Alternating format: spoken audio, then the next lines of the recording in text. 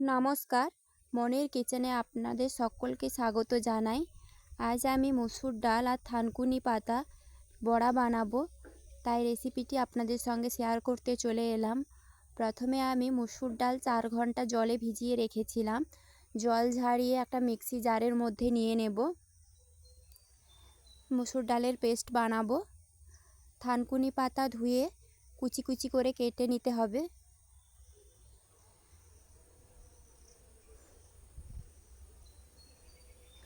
মসুর ডালের পেস্টের ওপর দিয়ে দিচ্ছি পেঁয়াজ কুচি,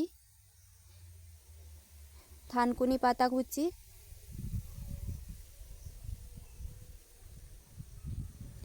কাঁচা লঙ্কা কুচি, হলুদ গুঁড়ো, লঙ্কা গুঁড়ো,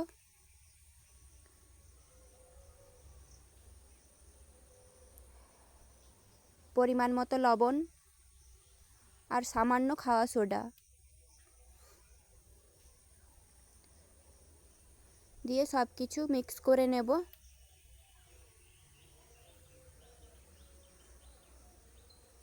এভাবে মেখে নিতে হবে।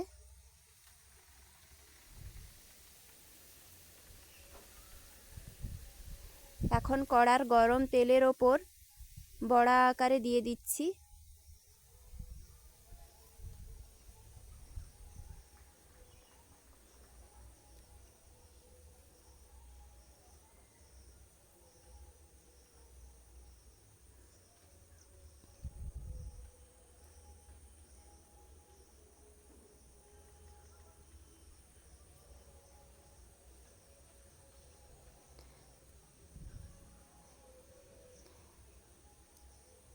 এখন বড়াগুলো উল্টে পাল্টে 2 দিক লাল লাল করে ভেজে নিতে হবে।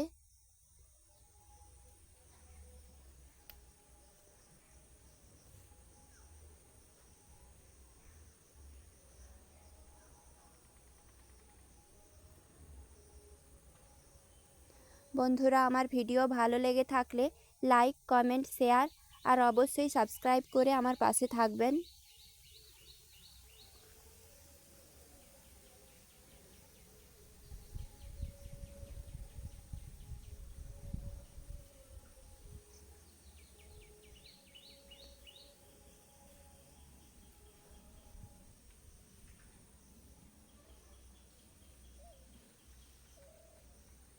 দেখুন, আমি কিন্তু বেশ কয়েকবার বড়াগুলো উল্টে পাল্টে ভেজে নিয়েছি। এখন বড়া ভাজা কমপ্লিট। বড়াগুলো এখন পরিবেশনের জন্য রেডি। এই থানকুনি পাতার বড়াগুলো খেতে খুবই ভালো লাগে, আর যেহেতু মসুর ডাল আর থানকুনি পাতা দিয়ে বড়াটা তৈরি, তাই স্বাস্থ্যের পক্ষেও ভালো।